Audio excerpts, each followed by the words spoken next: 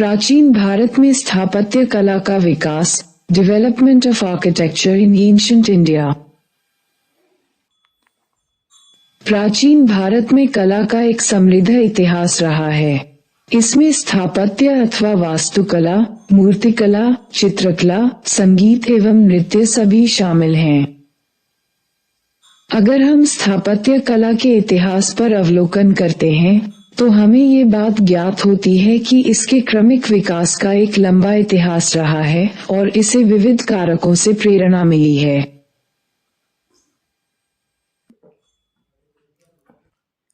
स्थापत्य कला। राजनीतिक कारक। स्थापत्य निर्माण निम्नलिखित रूप में राजनीतिक कारक से प्रेरित रहा है। 1. कई बार स्थापत्य के माध्यम से राजा अथवा शासक दूरवर्ती क्षेत्र तक अपनी उपस्थिति बनाए रखना चाहता था तथा उससे राज्य की सीमा भी निर्धारित होती थी। 2. मंदिरों के निर्माण के माध्यम से शासक अपने राजकीय गौरव को व्यक्त करने का भी प्रयास करते थे। उदाहरण के लिए चोल शासक राजाराज प्रथम का बृहदेश्वर मंदिर तथा राजेंद्र प्रथम का गंगईकोंड चोलपुरम का मंदिर उनकी राजनीतिक विजय का प्रतीक है। 3. दूसरी सदी के पश्चात विभिन्न राजवंशों ने कुलदेवता की अवधारणा विकसित कर ली थी।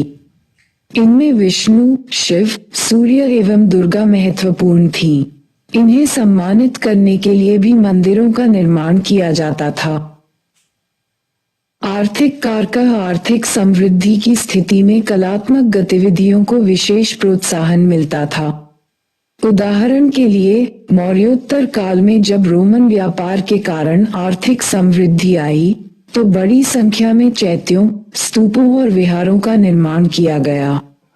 उसी प्रकार संभवतः गुप्त काल में आर्थिक समृद्धि बनी रही थी, इसलिए इस काल में बड़ी संख्या में मंदिरों का निर्माण हुआ। सामाजिक कारक। कई बार कोई सामाजिक समुदाय अपनी पहचान बनाने के लिए मंदिरों का निर्माण करता था।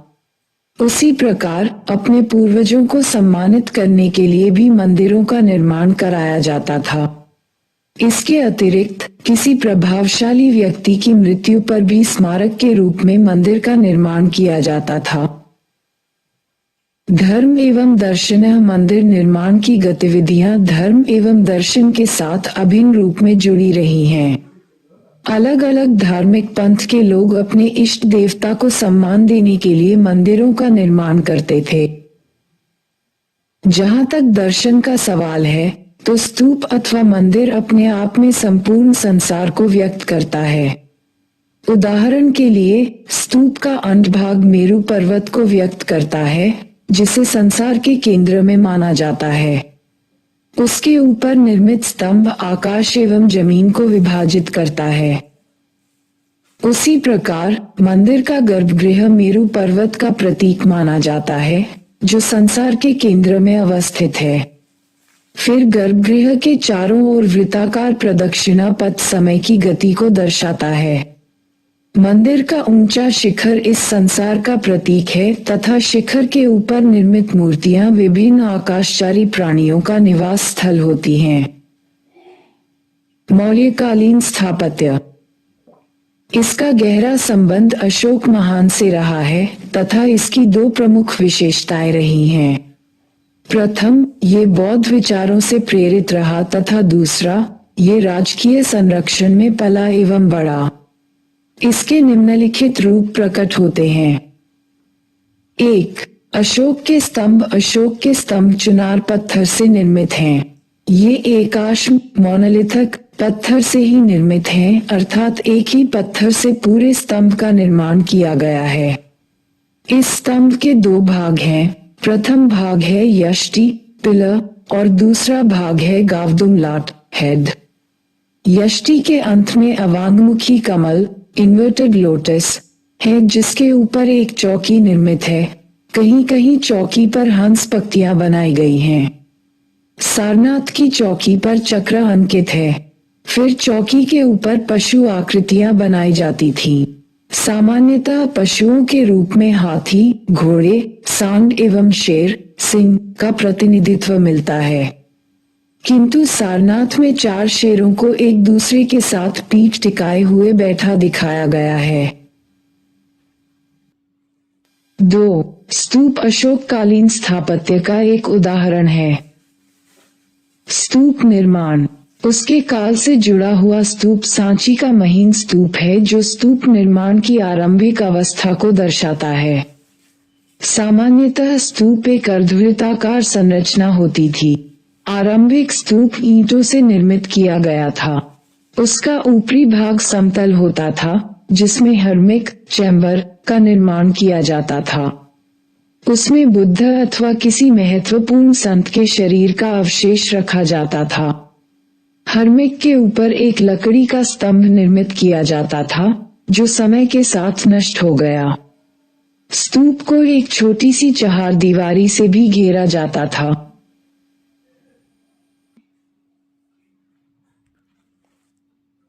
3. गुफा वास्तुकला। अशोक के काल में ही पहाड़ों को काटकर गुफाओं का निर्माण आरंभ हुआ। आरंभिक गुफाएं गया में बराबर की पहाड़ी में निर्मित की गई थीं तथा इन्हें आजीविकों को दान में दिया गया। उसी प्रकार उसके पौत्र दशरथ ने नागार्जुनी की पहाड़ी में कुछ गुफाएं निर्मित कर आजीविकों को दान में दी। आरंभिक गुफाएं सादी एवं सामान्य प्रकार की थी, किंतु धीरे धीरे ये गुफाएं जटिल होती गईं। आरंभिक गुफाओं का निर्माण बहुत ही सादा था।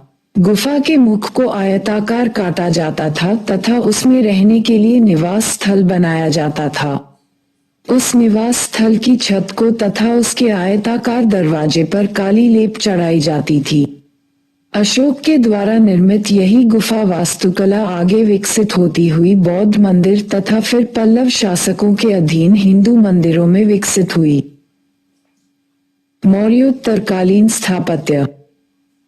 इस काल में भी कला की मूल उत्प्रेरणा बौद्ध धर्म से ही मिली, किंतु इस काल में निश्चय ही कला के सामाजिक आधार का विस्तार हुआ था। वस्तुतः जैसा कि हमने पीछे देखा कि मौर्य कला राज्य संरक्षण में ही पली एवं बड़ी थी, किंतु इस काल में शासक वर्ग के अतिरिक्त कुलीन, व्यापारी, भिक्षु भिक्षुनियां सभी ने कला को संरक्षण दिया। इस काल में स्थापत्य कला के निम्नलिखित रूप देखने को मिलते हैं। स्तूप। मौर्योत्तर काल में स्तूप कला का बेहतर विकास देखने को मिलता है। इसमें निम्नलिखित कलात्मक विशेषताएं थीं। 1. यह अर्धवृत्ताकार आकृति थी। इसका निर्माण ईंटों से किया जाता था, परंतु ऊपर से पत्थर बिछाया जाता था। 2. इसका ऊपरी भाग समतल होता था, जिसमें एक चैम्बर का निर्माण किया जाता था। इसे हर्मिक कहा जाता था। इसमें किसी पवित्र व्यक्ति का अवशेष रखा जाता था। 3. इसके ऊपर प्रस्तर का एक स्तंभ बनाया जाता था, जिस पर 3 छतरियां बनाई जाती थीं, जो करुणा, सहनशीलता तथा उदारता का प्रतीक होती थीं। 4. इसके चारों ओर वेदिका का निर्माण किया जाता था, जो प्रदक्षिणापथ का भी कार्य करता था।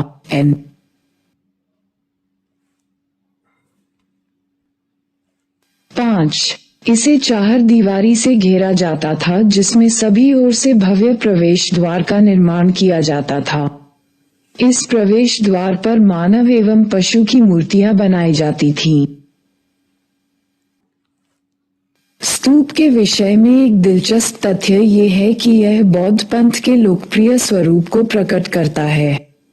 वस्तुतः स्तूप कला में लोक कथानक अथवा लोक जीवन से जुड़ी हुई घटनाओं को आत्मसात करते हुए उन्हें बौद्ध आदर्श में परिवर्तित कर दिया गया। अगर एक तरह से देखा जाए तो स्तूप की संपूर्ण संकल्पना ही जनजातीय तत्वों से ली गई है। किसी जनजातीय मुखिया की मृत्यु के पश्चात उसकी समाधि पर एक टीला बनाया जाता था। बौद्ध पंथ ने उसे स्तूप के रूप में अपना लिया। स्तूप एक अर्धवृत्ताकार स्थापत्य के रूप में निर्मित किया गया। फिर उसके केंद्रीय कक्ष में मृतक व्यक्ति का अवशेष रखा जाना भी समाधि का प्रतीकात्मक अर्थ बतता है। स्तूप के प्रवेश द्वार पर जो पशु एवं मानव मूर्तियां निर्मित की जाती थीं, उनका भी संबंध लोक जीवन और लोक कथानकों से रहा था। उदाहरण के लिए पशु के रूप में हाथी, घोड़े, बाघ, बंदर आदि का संबंध लोक कथानकों से था, परंतु बौद्ध पंथ ने उन्हें अपने आदर्श रूप में समाहित कर लिया। हाथी महात्मा बुद्ध की माता के गर्भ में आने का प्रतीक, सांड उनके यौवन का प्रतीक, घोड़ा गृह त्याग का प्रतीक बन गया।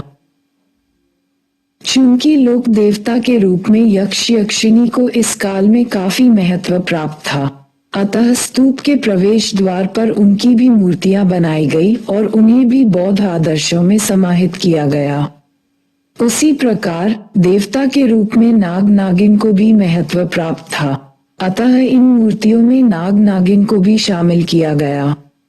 एक दिलचस्प तथ्य ये है कि लोक कथानक में शालभंजिका काफी प्रसिद्ध थी। ये समृद्धि और सौभाग्य का प्रतीक मानी जाती थी। इसके विषय में प्रचलित था कि अगर यह पेड़ के पत्ते छूती तो वे फूल बन जाते। अगर हम सांची के स्तूप के प्रवेश द्वार पर देखते हैं तो वहां हमें पेड़ की शाखा से लटकी हुई शालभंजिका की मूर्ति दिखलाई पड़ती है।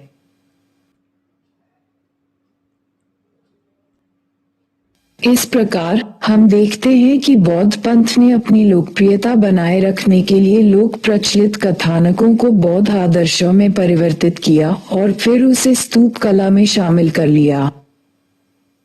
प्रश्न: प्रारंभिक बौद्ध स्तूप कला लोकवर्णय विषयों एवं कथानकों को चित्रित करते हुए बौद्ध आदर्शों की सफलतापूर्वक व्याख्या करती है।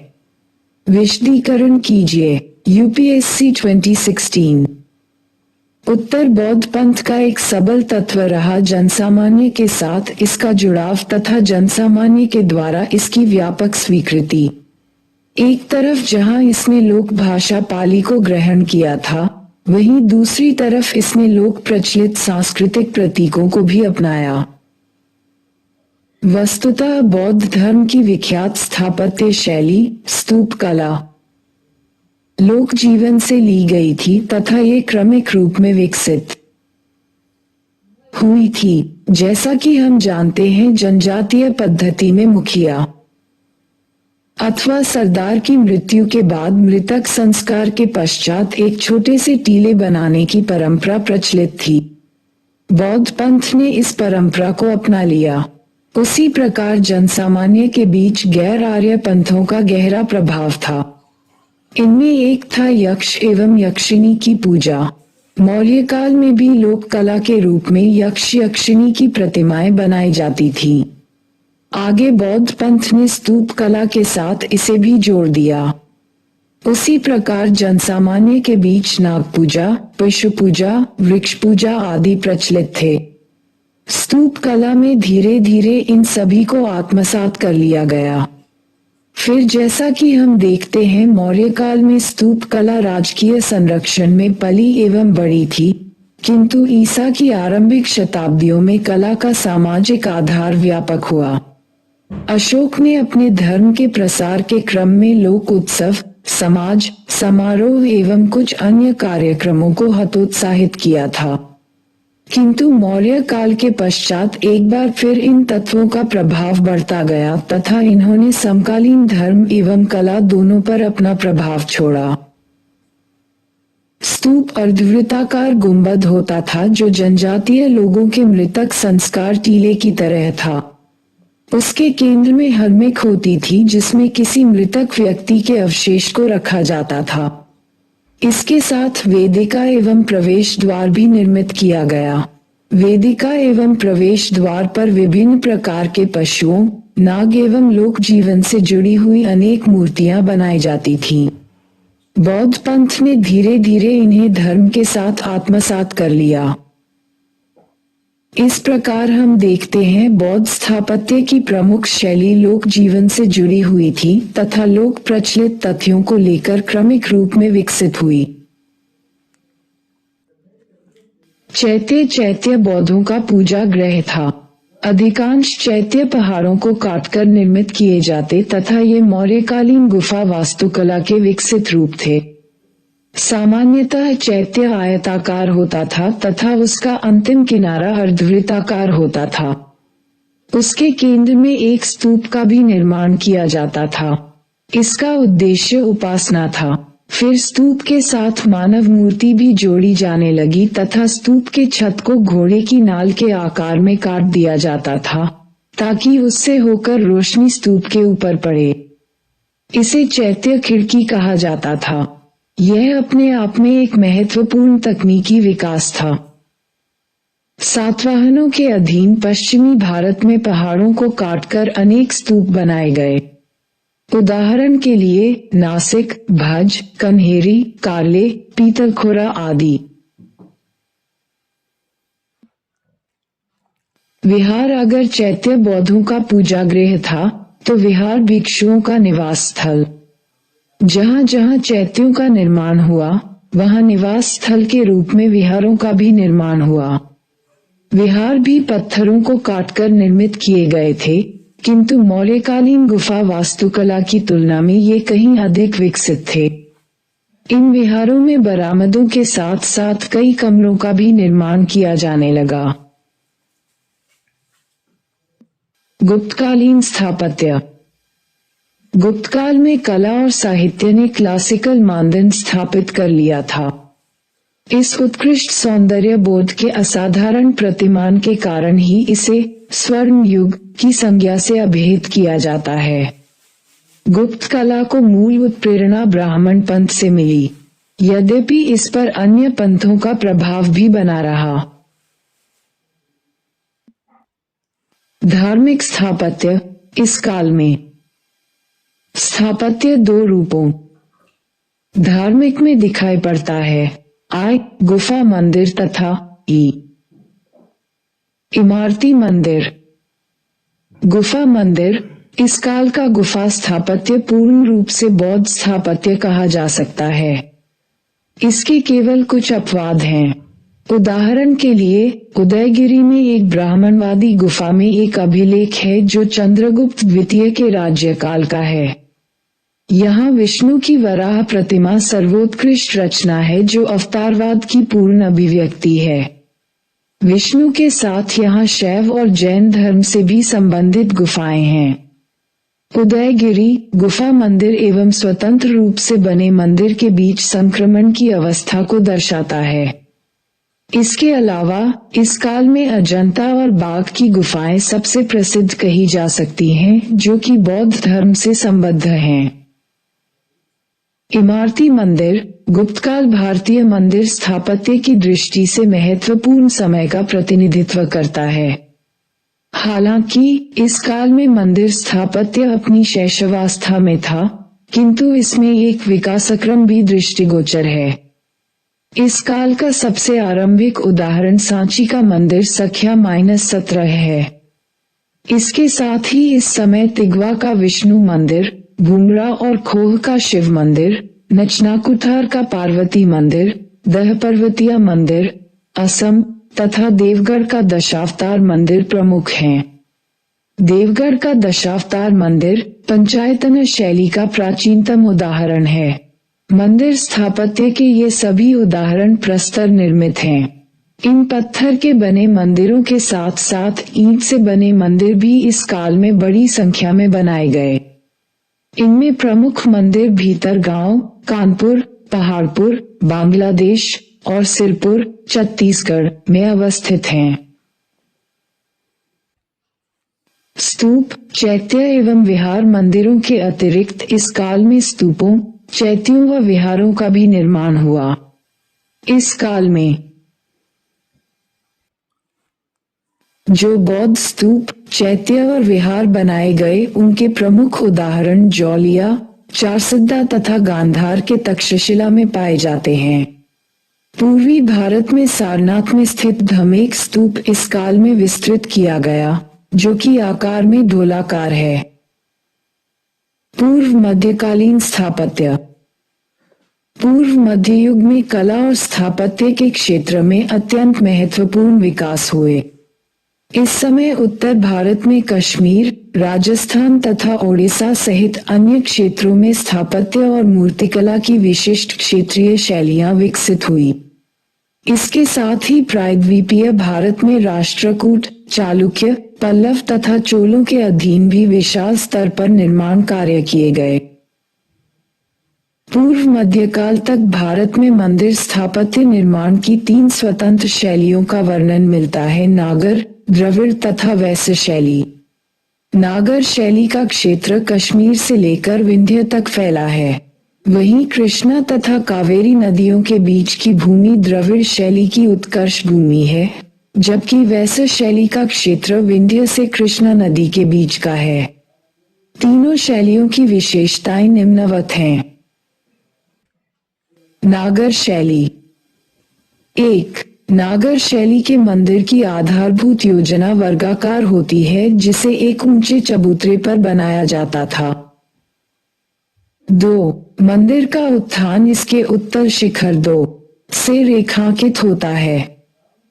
3. शिखर के ऊपर आमलिक बनाया जाता और उसके ऊपर कलश। 4. विकसित मंदिरों में मुख्य शिखर के अतिरिक्त सजावट के लिए गौण शिखर का भी निर्माण किया जाता, जिन्हें उरुश्रृंग कहा जाता था।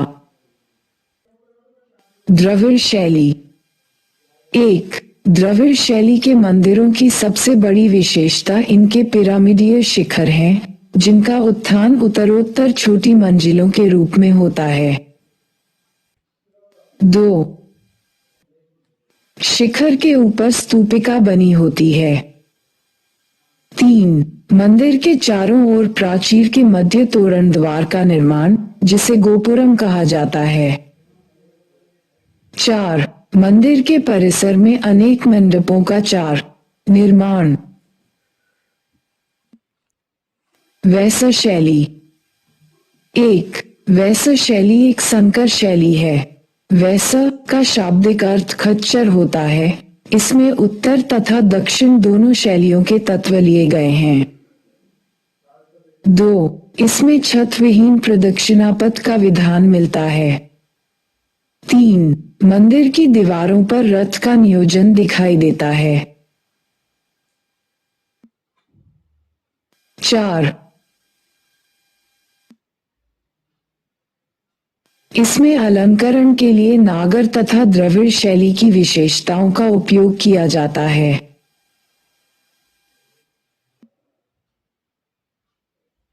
राष्ट्रकूटकालीन स्थापत्य कला। राष्ट्रकूट शासक शैवमतानुयायी थे, अतः उनके काल में शैव मंदिर एवं मूर्तियों का ही निर्माण प्रधान रूप से हुआ। एलोरा, एलिफेंटा, जागेश्वरी, मंडपेश्वर जैसे स्थान कलाकृतियों के निर्माण के प्रसिद्ध केंद्र थे। इनमें एलोरा तथा एलिफेंटा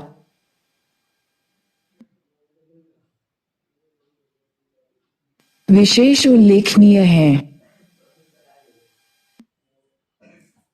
एलोरा का स्थापत्य ब्राह्मण, जैन तथा बौद्ध तीनों धर्मों से संबंधित है। उत्कृष्ट बौद्ध एवं जैन गुफाओं के अतिरिक्त एलोरा गुफाओं को भव्य कैलाशनाथ मंदिर के कारण भी जाना जाता है। एलोरा के कैलाशनाथ मंदिर के प्रतिमा शास्त्रीय निरूपण में शिव पार्वती, कैलाश पर्वत को हिलाता रावण, दुर्गा, विष्णु, सप्तमातृकाएं, गंगा, गणेश, यमुना तथा सरस्वती देवियों को भी स्थान मिलता है। वस्तुतः कैलाश मंदिर को उपमहाद्वीप के गुफा स्थापत्य का चरमोत्कर्ष कहा जाता है।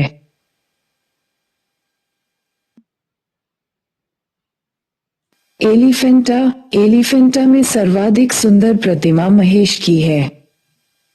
चालुक्यकालीन स्थापत्य कला। दक्कन में कर्नाटक के कई स्थानों पर मंदिरों के गुफा स्थापत्य और स्वतंत्र संरचनाओं के पूर्व मध्ययुगीन उदाहरण मिलते हैं।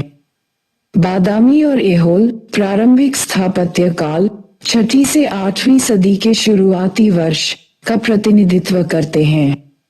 स्थापत्य काल में दूसरे और अपेक्षाकृत भव्य चरण का प्रतिनिधित्व 8वीं सदी में पट्टदकल में बने मंदिरों के द्वारा होता है।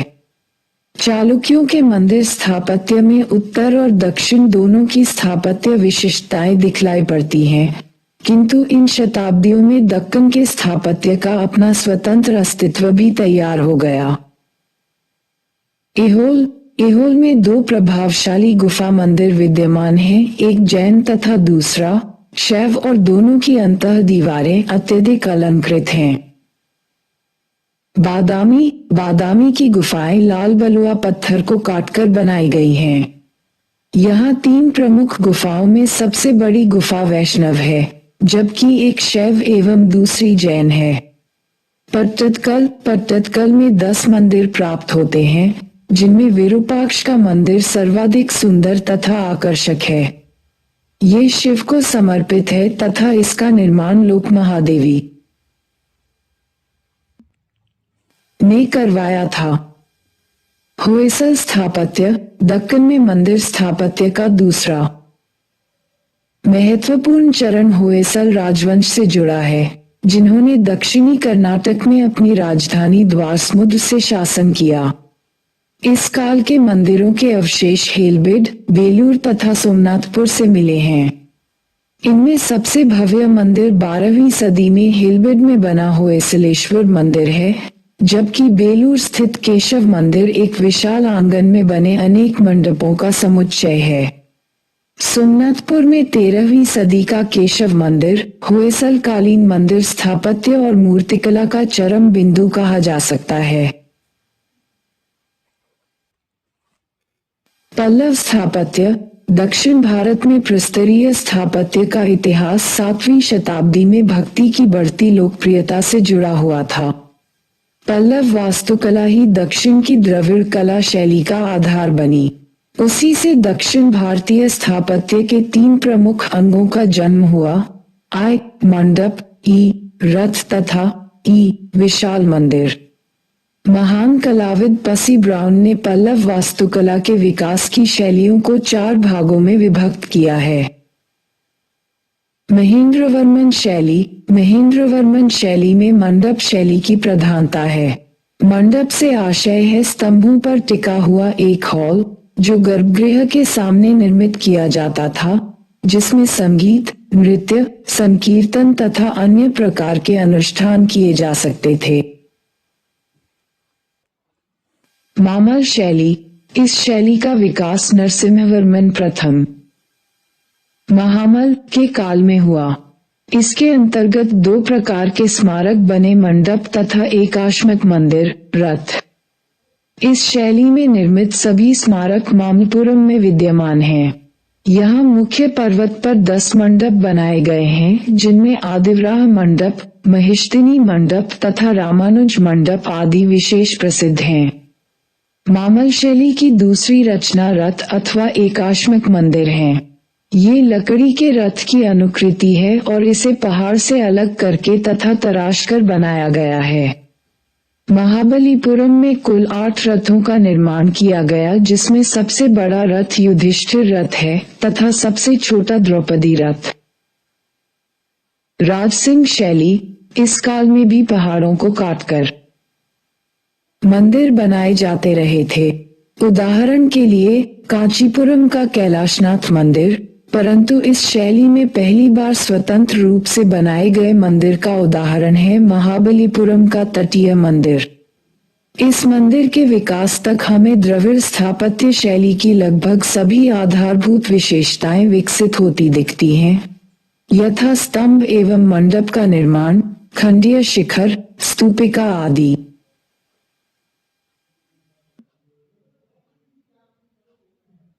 नंदीवर्मन शैली इस शैली के अंतर्गत अपेक्षाकृत छोटे मंदिरों का निर्माण हुआ। इसके उदाहरण कांची के मुक्तेश्वर एवं मातंगेश्वर मंदिर तथा गुड्डिमलम का परशुरामेश्वर मंदिर आदि हैं। शैली की दृष्टि से धर्मराज रथ की अनुकृति प्रतीत होते हैं। चोल स्थापत्य चोलवंशीय शासक उत्साही निर्माता थे। उनके समय में कला एवं स्थापत्य के क्षेत्र में महत्वपूर्ण प्रगति हुई। चोल काल दक्षिण भारतीय कला का स्वर्ण युग कहा जा सकता है। चोल स्थापत्य के विकास के मुख्यतः 3 चरण दिखाई देते हैं। प्रारंभिक काल 850-985 ई, मध्यकाल 985-1070 ई तथा उत्तरकाल 1070-1270 ई। चोल स्थापत्य के प्राचीनतम चरण का प्रतिनिधित्व नारितमलाई का शिव मंदिर करता है। इस प्रकार का दूसरा मंदिर कन्नूर का बालसुब्रह्मण्य मंदिर है, जिसे आदित्य प्रथम ने बनवाया था। इसी समय का एक अन्य मंदिर कुंभकोणम में बना नागेश्वर मंदिर है। चोल मंदिर स्थापत्य का दूसरा चरण आदित्य -1 और परांतक 1 के काल को कह सकते हैं।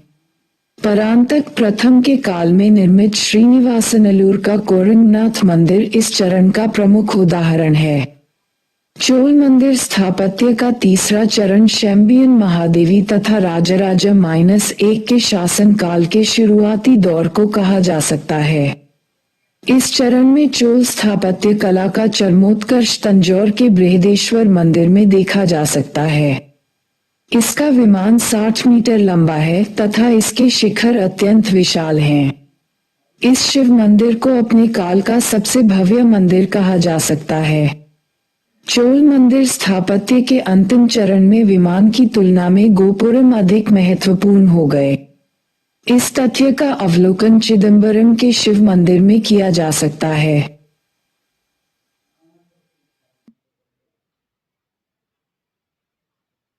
प्रश्न मंदिर वास्तुकला के विकास में चोल वास्तुकला का उच्च स्थान है। विवेचना कीजिए। यूपीएससी 2013 100 शब्द। उत्तर मंदिर वास्तुकला में द्रविड़ स्थापत्य की आधारभूत संरचना पल्लव शासकों के अधीन विकसित हुई थी, किंतु उसका स्पष्ट एवं वास्तविक रूप चोलों के काल में निखर कर आया। चोलकालीन स्थापत्य में मंडप, शिखर एवं विमान के साथ साथ गोपुरम का विकास भी देखा गया।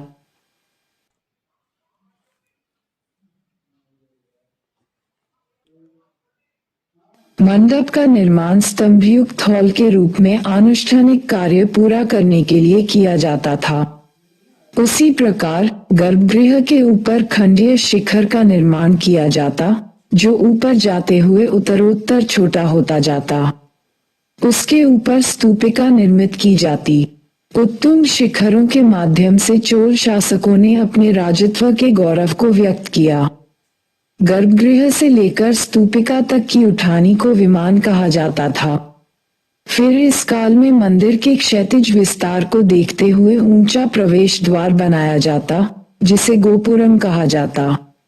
चोल शासक राजराजा प्रथम के द्वारा निर्मित बृहदेश्वर मंदिर तथा राजेंद्र प्रथम के द्वारा निर्मित गंगईकोंड चोलपुरम का मंदिर निर्माण कला की विकसित अवस्था को दर्शाते हैं।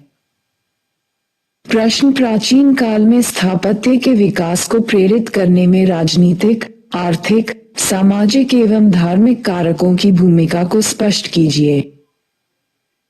उत्तर प्राचीन काल में स्थापत्य के निर्माण के कई चरण रहे और अंत में भौगोलिक आधार पर ये 3 शैलियों में विभाजित हो गया, यथा नागर शैली, द्रविड़ शैली और वैश्य शैली। तीनों ही शैलियों में अनेक मंदिरों का निर्माण किया गया। प्रेरित करने वाले कारक। राजनीतिक कारक। कई राजवंश निचली श्रेणी से आए थे, अतः अपने वंश की प्रतिष्ठा स्थापित करने के लिए वे ब्राह्मणों से अपना संबंध जोड़ते थे और मंदिरों को संरक्षण देते थे। राजवंश के धार्मिक विश्वास से भी मंदिर के निर्माण प्रभावित हुए। अपनी विजय के उपलक्ष्य में भी मंदिरों के निर्माण कराए जाते थे। उदाहरण के लिए राजेंद्र प्रथम के द्वारा गंगईकोंड चोलपुरम मंदिर का निर्माण। अतिरिक्त शक्ति एवं प्रतिष्ठा प्राप्त करने के लिए तत्कालीन शासकों ने अपना संबंध देवताओं से जोड़ा। उदाहरण के लिए चोल शासकों के द्वारा अपनी प्रतिमाएं मंदिरों में स्थापित करवाई जाती थीं। आर्थिक कारक। भूमि अनुदान के परिणाम स्वरूप एक तरफ भूमिधारकों के वर्ग का उद्भव हुआ वहीं दूसरी तरफ कई क्षेत्रीय राजवंश भी स्थापित हुए। इनके द्वारा मंदिरों का निर्माण करवाया गया। उसी प्रकार व्यापारिक गतिविधियों से उत्पन्न एक संपन्न व्यापारी वर्ग ने चैत्य एवं विहारों के साथ साथ मंदिरों का भी निर्माण करवाया। सामाजिक कारक कुछ नवीन सामाजिक वर्गों के द्वारा अपने सामाजिक दर्जे को ऊंचा उठाने के लिए मंदिरों का निर्माण कराया गया। उदाहरण के लिए राजपूत राजवंश द्वारा बड़े पैमाने पर मंदिरों का निर्माण कराया गया। धार्मिक कारक धार्मिक विश्वास से प्रेरित होकर भी मंदिरों का निर्माण कराया जाता था तथा अपने विश्वास के अनुकूल देवताओं की प्रतिमाएं स्थापित की जाती थीं। उदाहरण के लिए चोल शासकों ने शैव मंदिर का निर्माण करवाया तो विजयनगर शासकों ने वैष्णव मंदिर का। अभ्यास प्रश्न शैलकृत स्थापत्य रॉक कट आर्किटेक्चर प्रारंभिक भारतीय कला के ज्ञान के अति महत्वपूर्ण स्रोतों में से एक का प्रतिनिधित्व करता है। विवेचना कीजिए। यूपीएससी 2020 150